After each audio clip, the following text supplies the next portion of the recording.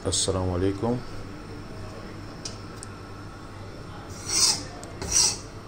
शाह साहब, ये कुर्ता बन रहा है जिसकी पहले मैंने वीडियो दी हुई थी, जो सिक्के के ऊपर डायमंड के साथ कुर्ता बना रहे थे। वो माशाल्लाह गोल्डन कलर का था।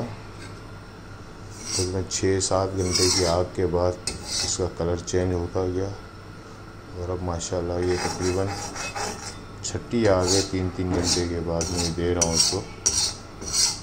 वो माशाल्लाह बिल्कुल रेड कलर का बन गया ये कुर्ता। ये आप जैसे लोगों की रहनुमाई,